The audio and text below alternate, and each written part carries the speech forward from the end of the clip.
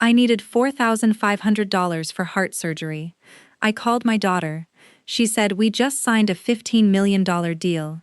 Then she said, "There's no time for this, Mom," and hung up. That sentence has been sitting in my chest for 3 months now, right next to the scar the surgeons left there. And I still don't know which one hurts worse some nights. My name is Diane.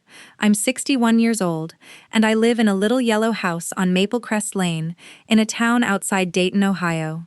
The kind of town where everybody still waves at you from their porch, even if they don't remember your name. I worked 26 years as a school nurse at Wilson Elementary before I retired, patched up more scraped knees, and diagnosed more fake stomach aches than I can count. My husband, Walter, passed 8 years ago. Heart attack, same as the thing that almost got me. Funny how life circles back on you like that. I raised 2 children in that house, Vanessa and Danny, 15 months apart, but you'd think they came from 2 different families entirely. Let me back up, because you need to understand what normal looked like in my house before I tell you what happened next. It was a Thursday evening in April, still cold enough in Ohio that I had the heat running, and I was sitting at my kitchen table going through a stack of papers from the cardiologist's office. Dr. Whitfield had called me in the week before, sat me down, and told me what he'd found on the echocardiogram. A valve problem. Aortic stenosis, he called it. Needed surgery, and needed it soon, before it turned into something that couldn't be fixed at all. I sat there with that word, surgery, rattling around in my head like a marble in a tin can, and next to it, a letter from the billing department.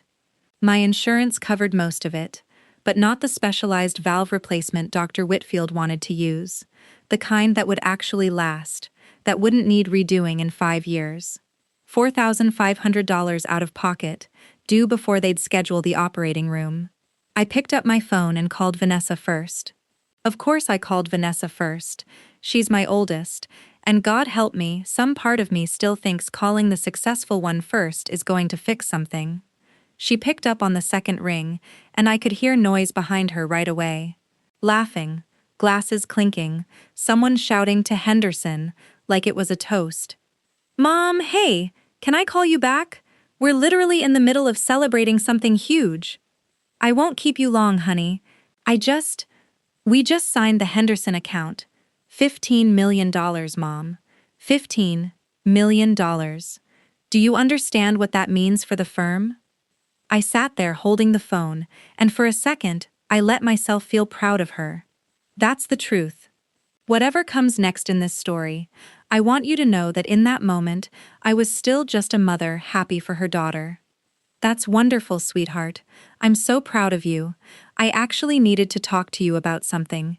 It's about my heart, the surgery, Dr. Whitfield." "Mom." Her voice changed, went flat, the way it does when she's already decided a conversation isn't worth her time. "There's no time for this right now. Can we do this tomorrow? I've got investors waiting." "It's just, I tried to get the number out. $4,500. 6 words. I never even got to say them. "Tomorrow, Mom, I promise. Love you, bye." The line went dead, just like that. My daughter hung up on me while I was trying to tell her I needed heart surgery so she could get back to a toast. I sat at that kitchen table for a long time after that call, Walter's old chair across from me, still empty after 8 years, and I did something I hadn't done in longer than I could remember. I put my face in my hands, and I cried, quiet, so the neighbors wouldn't hear through the walls. Welcome to the story, and I promise you, it's going somewhere. If you're listening, drop a comment and let me know where you're tuning in from. Now let me tell you about my son, because Danny is where this story really begins. I want to tell you something before I go further, and it's not going to make me look like the perfect mother, because I wasn't. 10 years ago, when the kids were still finding their footing as adults, Walter and I made a decision that I've regretted more nights than I've let on. We had some savings put back, not a fortune, but enough to help one of our children get a real start in life. Vanessa was finishing her business degree at Ohio State, top of her class, already talking about business school after that. Danny had just dropped out of a 2-year trade program to help take care of Walter's mother, who was sick with dementia and needed someone around during the day while the rest of us worked. We gave Vanessa the money, all of it. Business school tuition, a car for her commute, a security deposit on a nice apartment near campus so she could focus on her studies. We told ourselves Danny would understand. He was the practical one, the one who didn't need things handed to him. He never asked for a dime of it. Not once. That's the part that still gets me. He never once said it wasn't fair. Danny finished his trade certification 2 years later than he'd planned, on his own dime, working nights at an auto parts warehouse to pay for it. He's an auto mechanic now, runs his own small shop on the edge of town, does honest work, charges people fair prices, sometimes fixes things for free for folks on fixed incomes because he remembers what it was like to count pennies. He's 29 years old, no wife yet, though there's a girl named Sarah he brings around sometimes, who I like very much. He doesn't have much, a little rented house, an old truck he keeps running through sheer stubbornness, and spare parts. Vanessa went on to business school like we hoped, and I won't lie, we bragged about her at church for years. Now she's 34, works in commercial real estate development, drives something German and expensive, wears suits that cost more than my monthly Social Security check. She calls maybe once every few weeks, mostly to tell me about a deal she closed or a trip she took. She's never once asked about my garden, or whether the roof's still leaking on the east side, which it is. Danny calls every single Sunday, rain or shine, sits on my porch some evenings after his shop closes, doesn't say much, just keeps me company while I do my crossword. Fixed my dishwasher last winter without me even asking, just noticed it was making a noise and showed up with a wrench. I used to tell myself both my children loved me the same, just differently. I don't tell myself that anymore. Not after what happened. The night after that first phone call with Vanessa, Danny came by like he always does on Sundays, except this was a Thursday, and I hadn't called him. He said Sarah had a feeling something was wrong and told him to check on me. That girl has instincts I trust more than most people's words. He took one look at my face when I opened the door and said, "Mom, what happened?" I told him everything. The valve, the surgery, the $4,500, and, God forgive me. I told him about the call with Vanessa too, though I hadn't meant to. It just came pouring out of me at that kitchen table, same one where I'd cried alone the night before. Danny didn't say a word about his sister, didn't badmouth her, didn't get angry on my behalf, at least not out loud. He just sat there with his elbows on his knees, quiet for a long moment, the way he does when he's working through a problem under the hood of a car. "We'll figure it out, Mom," he said finally. "Don't you worry about the money part. You just worry about getting better." I had no idea what those words were going to cost him. Dr. Whitfield's office called 2 days later. The surgery needed to happen within the week. My valve was worse than they'd first thought, and waiting any longer wasn't an option they were willing to let me take. The $4,500 deposit needed to be in by Friday, or they'd push me to the back of the surgical schedule, and there was no telling how long that wait might be. I called Vanessa again that Wednesday morning. I made myself do it, swallowed every ounce of pride I had left, because that's what a mother does when it comes to her health. She gives her children every chance to show up before she stops asking. She answered, sounding rushed, sounding like I'd interrupted something important, which with Vanessa, I always seem to be doing lately. "Mom, I really can't talk long." "Vanessa, I need to talk to you about the surgery. It's serious. I need $4,500 by Friday, or they're pushing my surgery date back, and Dr. Whitfield said..." "Mom!" She cut me off, and I heard her sigh. Actually sigh, like I was an inconvenience she was managing. "I told you, we just closed the Henderson deal. I've got closing costs, I've got my own bonus structure tied up in escrow for another 60 days, I've got..." "Mom, there's no time for this right now. I have a board call in 4 minutes." I'm asking you for $4,000, Vanessa. You just said you signed a $15 million deal. That money isn't mine yet, Mom. It's the firm's money. My commission doesn't clear for months. I can't just... Look, call the hospital. Ask about a payment plan. That's what payment plans are for. A pause. And then, quieter, meaner somehow for being quiet. I can't keep dropping everything every time there's a crisis. I have a career to protect. The line went dead again.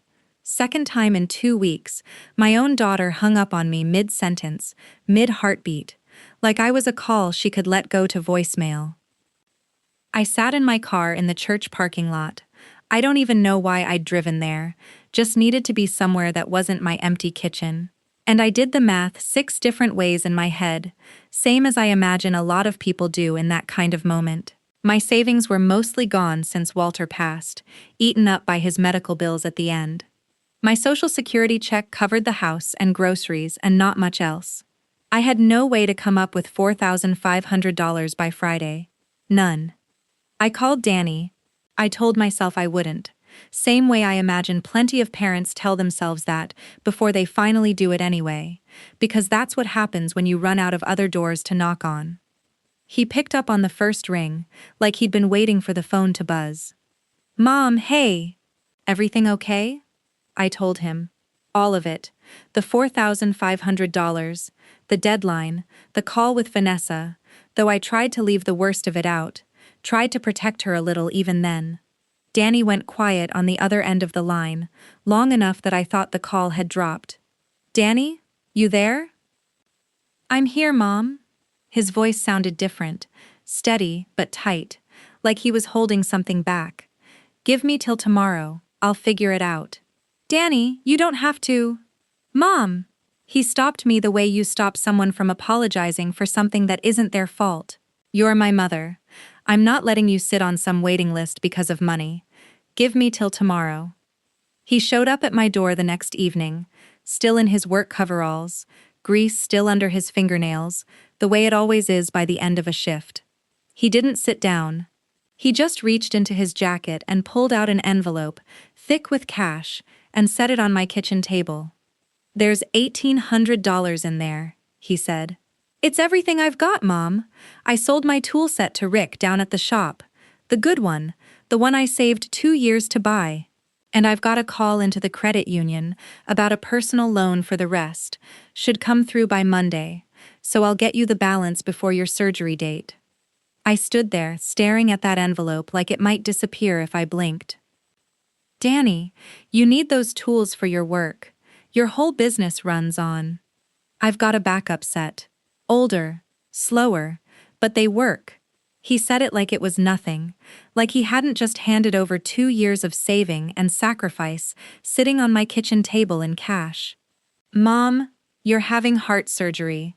There is not a tool set in this world that matters more than that. I sat down at that table, and I wept, right there in front of my son, the way I hadn't let myself weep in front of anyone since Walter's funeral. And Danny, my quiet boy, the one who never once complained about getting the smaller share of everything his whole life, just pulled a chair around next to me and sat with his arm around my shoulders until I stopped. You're going to be fine, Mom, he said. I already told Sarah. She's already looked up the recovery timeline, got a whole list of things we need to have ready at the house for you. That was the moment. Sitting in my kitchen with my son's hand-me-down tool money spread out on the table, that changed everything. I didn't know it yet, not fully, but somewhere deep down, something in me had already made a decision that no lawyer or accountant would need to explain to me later. I knew exactly who had shown up when I had nothing left to offer, and I knew exactly who hadn't. They wheeled me into surgery on a Tuesday morning in early May. The last thing I remember before the anesthesia took me under was Danny's face close to mine, his hand wrapped around my fingers, Sarah standing just behind his shoulder with a look of quiet worry she was trying hard to hide from me. You're tougher than that old valve, Mom, Danny said. Doctors don't know what they're in for. Then the lights went out. I woke up hours later with a tube down my throat and Dr. Whitfield leaning over me, still in his scrubs. We got a good result, Diane. Clean repair. You did well. Vanessa didn't come to the hospital. She sent flowers. A large, expensive arrangement. The kind you order online, in under 60 seconds without ever having to think about the person receiving them. With a card that said, "Get well soon, Mom. Thinking of you. Love, V." Danny was there every single day, sometimes just sitting in the corner chair, doing paperwork from his shop on his laptop, so he wouldn't have to leave my side. I spent the next 3 weeks recovering at Danny and Sarah's little rented house, because my own place felt too quiet, too much like being alone with a healing heart, and a head full of thoughts I wasn't ready to sit with by myself. Sarah set up a recliner in their living room, brought me tea every morning before her shift at the diner, and Danny came home every evening still smelling like motor oil, checked my incision, asked about my pain levels like he'd memorized the recovery pamphlet, which, it turned out later, he had. It was during that third week, on a quiet Wednesday afternoon, while Danny was at the shop and Sarah was at work, that the mail carrier came to the door with something that needed a signature. 2 letters, actually. One from a company I didn't recognize, Meridian Land Partners, and one with a return address that stopped my breath in my chest for a very different reason: the Ohio Department of Natural Resources. I want to explain something here, because it matters for what's coming. 14 years ago, before Walter passed, we'd inherited a stretch of farmland from his father out near Xenia, about 40 acres that had been sitting fallow for decades, tangled up in an old mineral rights dispute from a coal company that had drilled test wells back in the 70s and left the land under a state environmental hold ever since. We couldn't sell it, couldn't build on it, could barely even walk it without special permission. We paid the property taxes every single year, out of stubbornness more than sense, because Walter always said, "Someday that hold's gonna lift, and we'll be glad we hung on." Walter died before he ever got to see it. I'd almost forgotten the land existed, honestly, buried under a decade of grief and a dwindling bank account. I opened the letter from the state first, my hands trembling slightly, still weak from surgery. Remediation status, complete. Environmental hold released. Effective April 30th. 14 years. 14 years of quietly paying taxes on land that couldn't do a thing for us, and there it was, in black and white. Released, clean, mine to do with as I pleased. Then I opened the second letter. Meridian Land Partners had been watching that parcel for exactly this reason. A new logistics corridor was going in less than 2 miles from our 40 acres, warehouses and distribution centers sprouting up along the interstate. My land, once worthless coal company leftovers, was suddenly sitting right in the path of exactly the kind of growth nobody could have predicted 14 years ago. Their offer was real, signed, numbers behind it. $15 million. Cash. 45-day close. I sat in that recliner in my son's living room and read that number probably 20 times, the same way I imagine anyone might when the world hands you something that big out of absolutely nowhere. I thought about Danny's toolbox sitting in Rick's garage right now, sold for $1,800 so I could have this surgery. I thought about Vanessa's $15 million deal, the one she didn't have time for me over. And here I was, holding an offer for the exact same number, sitting in the home of the child who'd given me everything he had when it mattered most. I didn't call Vanessa. I want you to remember that, because it matters. I didn't hide this money out of spite. I simply saw no reason to call the people who'd already told me, in their own words, that my problems weren't theirs to carry. I called my attorney instead. A good man named Frank Delgado, who'd handled Walter's estate all those years ago and still checked in on me at Christmas. "Frank," I said, "I need you to look at something for me, and I need you to help me set something up. Quietly, if you can manage it." Frank moved fast once I explained everything. The surgery, Danny's $1,800, Vanessa's 2 phone calls, and the letter. He pulled the deed, confirmed the mineral rights hold really was fully released, and within a week had Meridian's offer under serious review by his own real estate counsel to make sure it was legitimate and fair. "Diane, he told me over the phone. This is real. This is $15 million, clean, and it's entirely yours. Walter's name is still on the original deed alongside yours, but you're the sole surviving owner. No one else has any legal claim to this whatsoever. Good, I said, because I already know exactly what I want to do with it. I told him. All of it. The full amount, into an irrevocable trust, in Danny's name. Paying off the house he and Sarah were renting. In full, so they'd own it outright. Enough left over to expand his shop, buy him every tool he ever sold or ever wanted, and set aside a fund so that girl of his could go back to school if she ever wanted to, since I'd heard her mention nursing school more than once over tea. Not one dime to Vanessa? Frank asked. Careful, the way a good lawyer asks a question he already suspects the answer to. She's got $15 million of her own on the way, Frank, or so she tells everyone at every dinner party she's been to this spring. She didn't need mine, she needed to show up. She chose not to. It took nearly 6 weeks for the sale to close and the trust to finalize. I told no one. Not Vanessa. Not even Danny, not yet. I wanted it airtight and certain before I said a single word to my son, because I didn't want to get his hopes up on anything less than a done deal.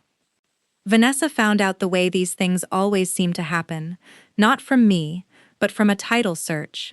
She'd apparently had her firm's research team run a background check on regional land developments for an entirely unrelated project, and Meridian Land Partners' name came up attached to our old family parcel, with my name still listed as seller of record. She called me on a Thursday evening, and I could hear it in her voice before she'd even finished my name. That particular tightness people get when they think they've been cheated out of something. Mom, I need you to explain something to me. Meridian Land Partners. $15 million.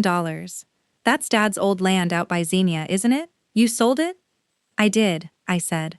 Calm. I'd had 6 weeks to get ready for this call. When? How long have you known about this? The hold lifted while I was recovering from my surgery. About 6 weeks ago. 6 weeks? Her voice climbed, the way it does when she's building towards something. You've had $15 million for 6 weeks, and you didn't tell me? Your own daughter? Last time I called you about something serious, Vanessa, you told me there was no time for this and hung up on me, twice. So no, telling you the second something good happened didn't feel especially urgent to me either. She showed up at my house 2 days later, and I want you to picture this. My daughter, in a tailored blazer, stepping out of her German sedan into my gravel driveway, practically vibrating with anger, before she'd even reached the porch steps. Danny was there that evening too, fixing my porch light, because of course he was. Mom, we need to talk, now. She barely glanced at Danny. Half of that is marital and family property. Dad's name was on that deed too. I've already had a colleague of mine at the firm look into this, and there's a real argument that estate assets like this should be divided among Dad's children. Is that so? I said. Is that so, me mom? I'm not trying to be difficult. I'm trying to be fair. That land was Dad's legacy. It belongs to this family, not just to you. I looked at my daughter for a long moment before I answered. Vanessa, 3 months ago I called you because I needed $4,500 for open heart surgery. You told me there was no time for this, and you hung up on me. Twice. You sent flowers to the hospital you never once visited. Your brother sold his tool set, the one he saved 2 years to buy, so I could get on that operating table on time. He gave me his last $1,800 without blinking, and then sat by my hospital bed every single day for 3 weeks. That has nothing to do with... It has everything to do with it. My voice came out steadier than I expected, steadier than I'd felt in years, honestly. You want to talk about Dad's legacy? Your father spent 14 years believing that land would be worth something someday, and he never got to see it happen. I got to see it happen, sitting in your brother's living room, healing from surgery he made possible. So yes, Vanessa, I already decided what to do with it. The full amount went into an irrevocable trust in Danny's name. It's done. It closed weeks ago. The color drained out of her face, the way I imagine it does for anyone who's just watched something slip permanently out of reach. You gave it all to him? Your $15 million? To Danny? Because he handed you $1,800? Because he showed up, I said. That $1,800 was everything he had, Vanessa. Every last dollar. You have $15 million of your own on the way from the Henderson deal, or so I understood from our phone call in April. I didn't think you'd need mine, too. This is insane. I'm your daughter. I'll get a lawyer, Mom. This isn't over. You're welcome to talk to a lawyer, I said. Frank already went over everything twice. The deed was mine, and your father's, and I'm the sole surviving owner. There's no marital claim for you to inherit, no family trust you were ever a part of. It's airtight, Vanessa. I made sure of that on purpose. Danny had come up onto the porch by then, still holding his screwdriver, quiet, watching this whole thing unfold with an expression I couldn't quite read. Mom, he said carefully. You didn't have to. I did, Danny, I said. And I meant it more than I think I'd ever meant anything. I really did. Vanessa left my porch that evening without another word, got into her car, and drove off into the dusk without so much as a goodbye, which, if I'm honest, was probably the most honest moment we'd shared in years. No slammed door, no dramatic parting shot. Just the quiet sound of an expensive engine pulling out of a gravel driveway, and the porch light Danny had just finished fixing flickering on for the first time in months. I haven't heard from her since, not directly. Danny tells me she's still upset, still telling people at her office that her mother did something impulsive, that I'll come around eventually. I don't think I will, and for the first time in a long while, I've made my peace with that. Danny didn't touch a dime of that money for the first 2 weeks after the trust finalized, just kept coming by on Sundays like always, kept fixing whatever needed fixing around my house. Like $15 million hadn't changed a single thing about who he is. It was Sarah, actually, who finally convinced him to let himself believe it was real. She showed up at my door one evening in tears, hugged me so hard I nearly lost my breath, and said, "Diane, he keeps saying it doesn't feel right, like he doesn't deserve it. He's the only one who ever did," I told her. The shop's got a new sign out front now, Danny's Auto and Diesel, real vinyl lettering instead of the hand-painted one he'd had for years, and 3 new bays built onto the back, along with 2 employees he hired away from a dealership that never appreciated them. He bought back his old tool set from Rick the very same week, paid him double what he'd sold it for, and told him to keep the difference for holding onto it so carefully. Sarah started her prerequisites for nursing school this fall. I sat in the front row at her little community college orientation, clapping like a proud mother, because in every way that's ever mattered to me, she already is my daughter. I think about that phone call in April sometimes, the one where Vanessa told me there was no time for this. I think about Danny's voice on the other end of the line that same week, steady and sure. "We'll figure it out, Mom. Don't you worry about the money part. Cars can be replaced, tool sets can be replaced. Even $15 million, as strange as it feels to say, can come and go with the tide of a deal or a deed. But a son who sells everything he owns without a second thought, who sits by your hospital bed for 3 weeks straight, just so you won't wake up alone, that cannot be replaced. Not by any number, not by any amount of time, not by anything at all. I found that out the hard way, sitting in a hospital bed with a fresh scar down the middle of my chest. But I found it out, and in the end, that was worth more than any offer Meridian Land Partners ever put on a piece of paper. If this story meant something to you, if it reminded you of someone in your own life who showed up when it counted, hit that like button, leave a comment and tell me where you're listening from, and subscribe for more stories like this one. I'll see you in the next story.